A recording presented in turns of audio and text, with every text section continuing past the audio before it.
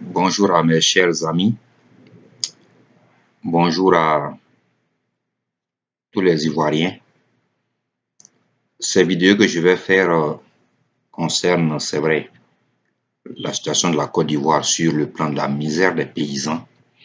Même par ricochet, on va mieux comprendre même pourquoi le monde rural d'Afrique de l'Ouest est aussi dans une misère totale.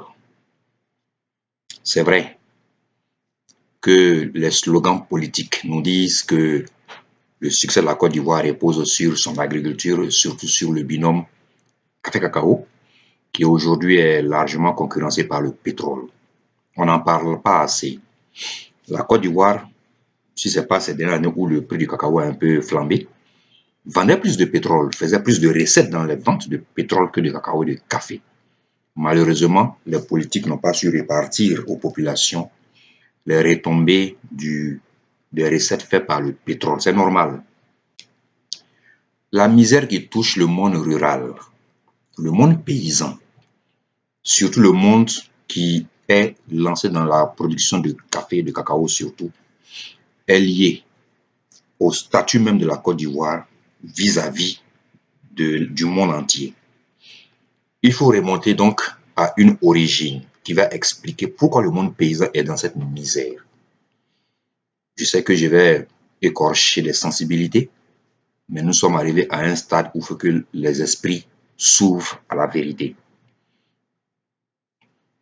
En 1945, après la guerre et la création du franc CFA déclaré par De Gaulle avec le franc français au FMI comme les ressources de la France et non des colonies, Houphouët-Boigny, qui a créé le syndicat agricole africain, bien sûr avec l'accord des autorités françaises.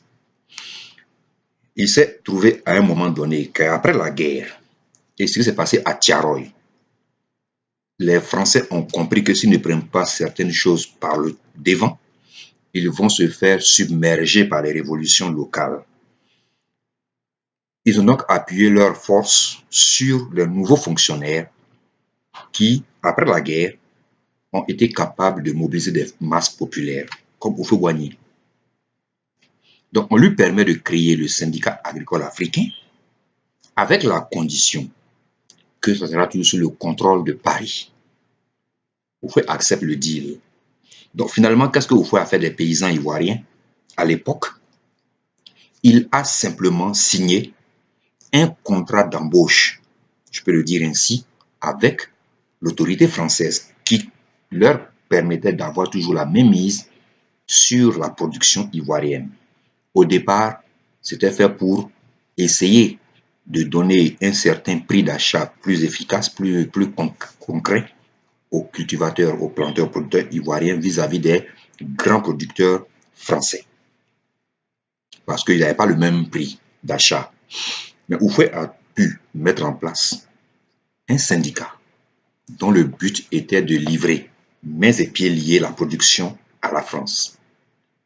C'est quand la France a eu les garanties qu'elle a accepté que Houphouët crée son syndicat agricole africain. Donc, il n'a pas créé un syndicat agricole pour lutter pour le bien des paysans, ça c'était pour voiler la face, mais il a créé ce syndicat pour garantir à la France sa mainmise sur la production locale. En ce moment, Houphouët devenait donc l'interlocuteur numéro 1 pour les Français vis-à-vis du peuple ivoirien. C'est comme cela qu'ils ont aussi laissé faire la création du PDCRDA qui est venu notamment du syndicat agricole africain, qui s'est mué après en parti politique.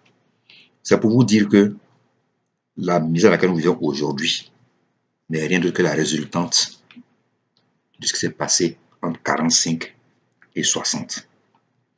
Tout ce que nous vivons aujourd'hui comme misère dans les pays CFA ne sont rien d'autre que les conséquences de ce qu'on posait comme acte, ce que nous chérissons très fortement, alors qu'ils n'ont pas été bien dans l'histoire.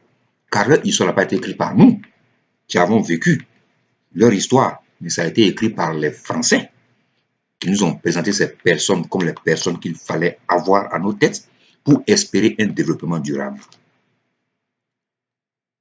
Au moment où la France veut accorder un statut particulier à ses colonies pour préparer, pour dévancer les mouvements révolutionnaires. Donc,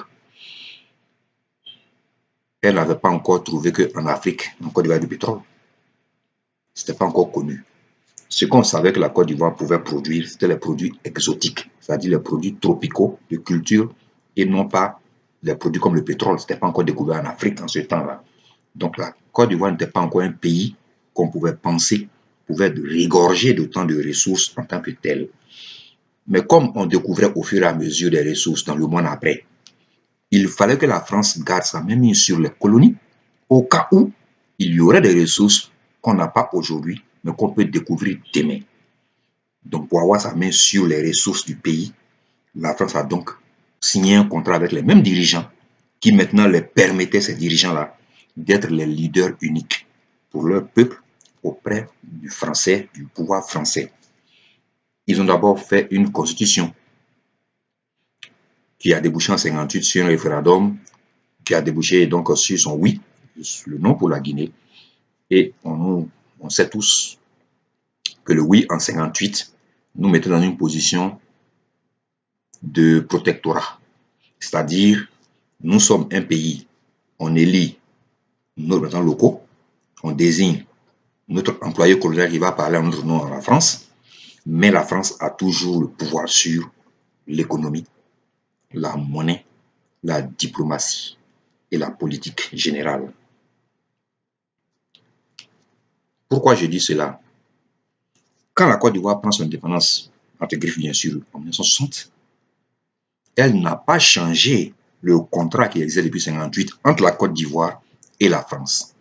Par conséquent, le syndicat agricole créé par Houphouët, qu'il a mains et pieds livré à la France, avec la promesse que la production du syndicat agricole, qui est devenu après PDCRDA, qui est devenu après Parti politique unique en Côte d'Ivoire, ne sera rien d'autre que la production de cacao de la France en Côte d'Ivoire, fait par des Ivoiriens au nom des Français. Par conséquent, lui, il se porte garant de la production de cacao de Côte d'Ivoire comme une production à part entière de la France. Mais quand les Français ils sont susceptibles de croire qu'il faut pas les tromper un jour, ils font signer des accords juste après l'indépendance. C'est ces accords en 63 ou 61 que Olympio n'a pas voulu re-signer. Il a été assassiné.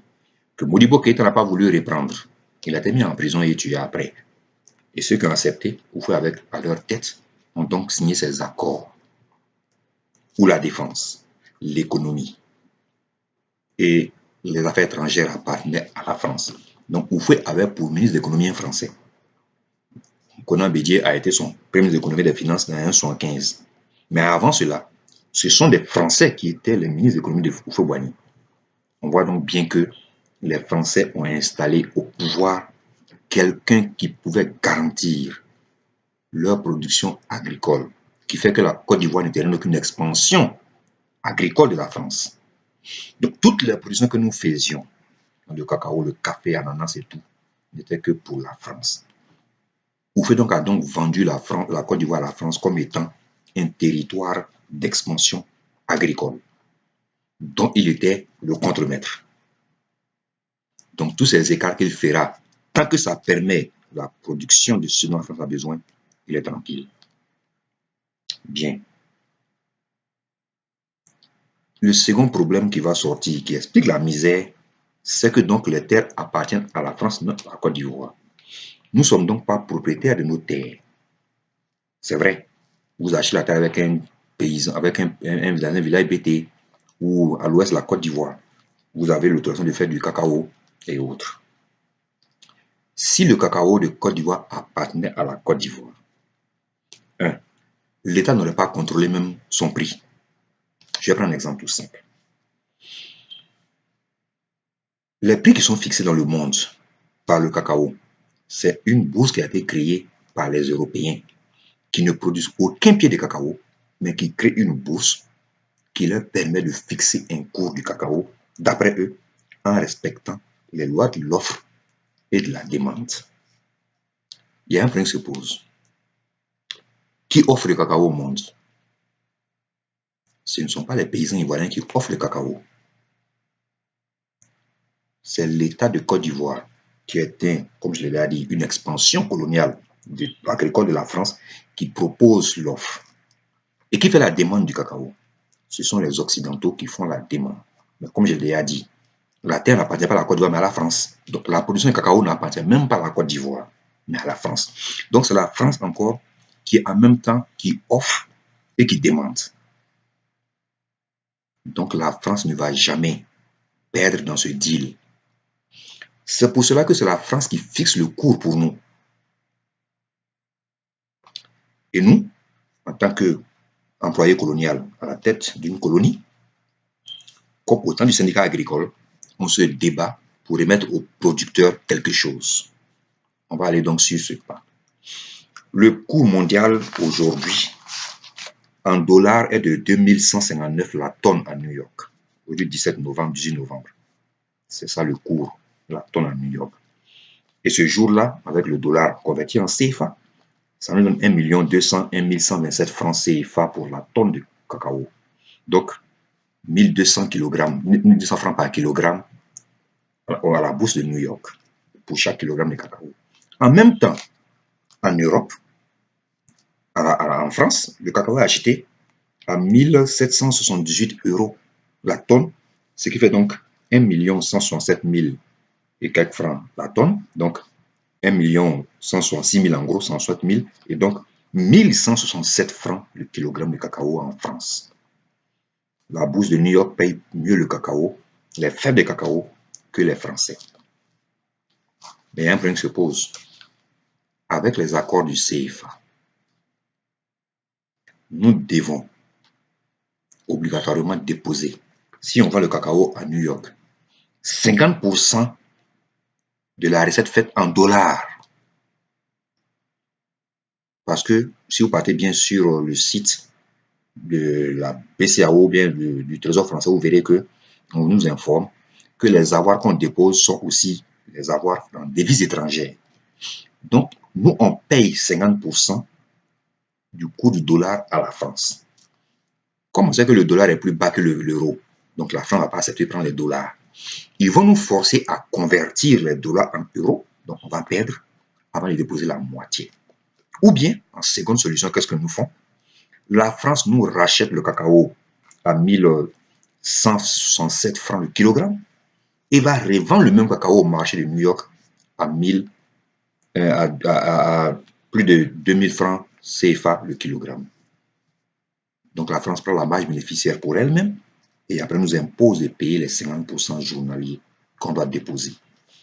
Ça veut donc dire que le prix fixé aux paysans ne regarde plus une histoire d'offre et de demande.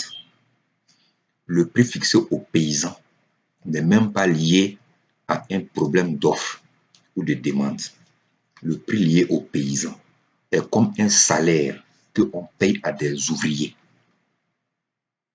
Donc le prix fixé aux paysans ne va jamais regarder les variations du marché, mais va regarder la caisse que l'État peut dégager pour leur donner après avoir payé les 50% à la France. Parce que l'État de Côte d'Ivoire verse 50% de ses recettes. C'est sur les 50% de ses recettes qu'elle garde, qu'elle donne la part des paysans ivoiriens. Maintenant, le problème se pose. Pourquoi nos paysans sont pauvres maintenant? 1.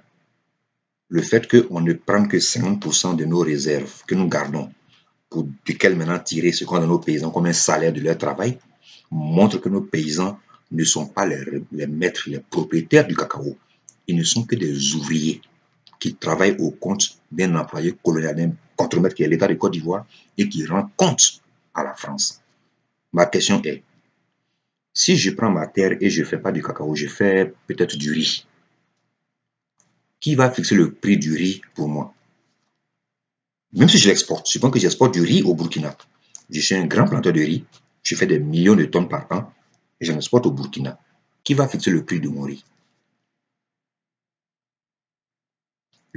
La cola est ici, en Côte d'Ivoire, qui est l'un des plus grands producteurs au monde.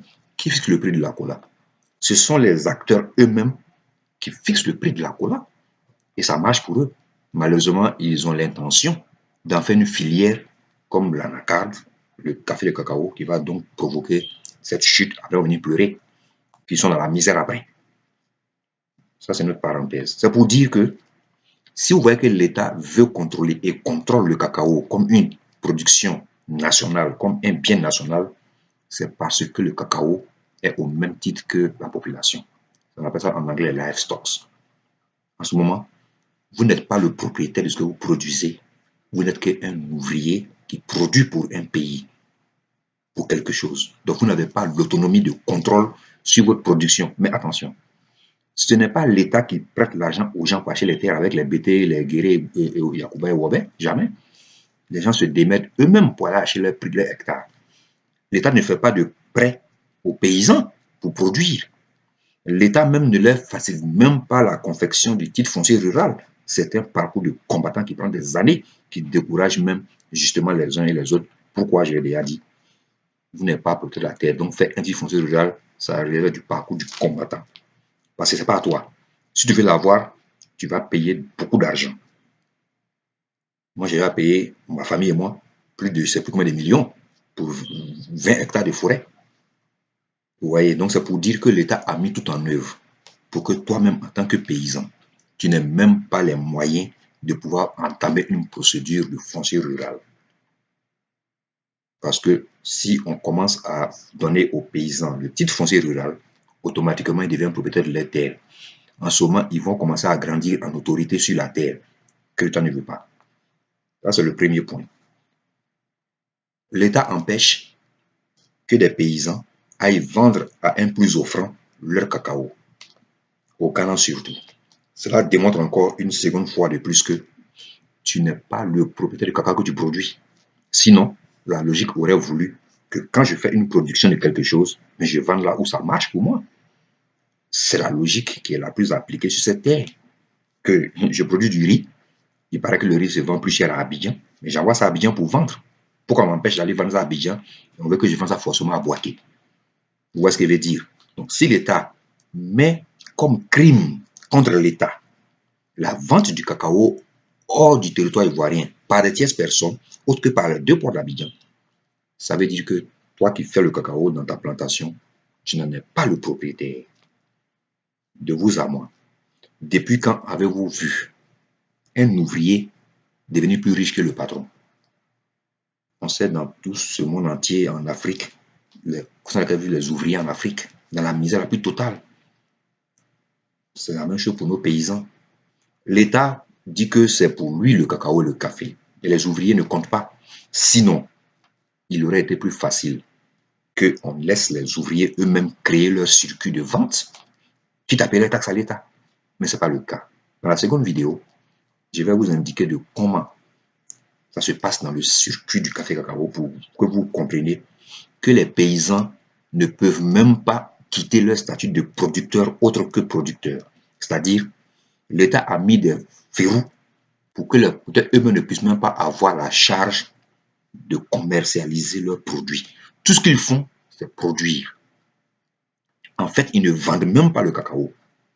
On va le leur arracher dans les mains à un prix dérisoire, qui n'a rien à voir avec la réalité du terrain. Et ceci est concocté justement par la France suite à ses accords avec les pays CFA. Ça, c'est la première vidéo sur ce qui explique la grande misère dans laquelle nous vivons. Et je répète, je réintroduis, disons, je répète et je résume en 2 points. Nous sommes dans la misère rurale parce que les terres ne nous appartiennent pas. Et nous, ce n'est pas nous qui faisons la loi de l'offre et de la demande sur le marché. Donc, on ne peut pas jouer sur le prix mondial. On n'a aucun contrôle du produit, car ce produit ne nous appartient pas du tout. Et si tu veux en faire autre que ce que te dit l'autorité du produit, tu es passible de peine de prison, comme aller vendre ton cacao toi seul à un plus offrant au Ghana.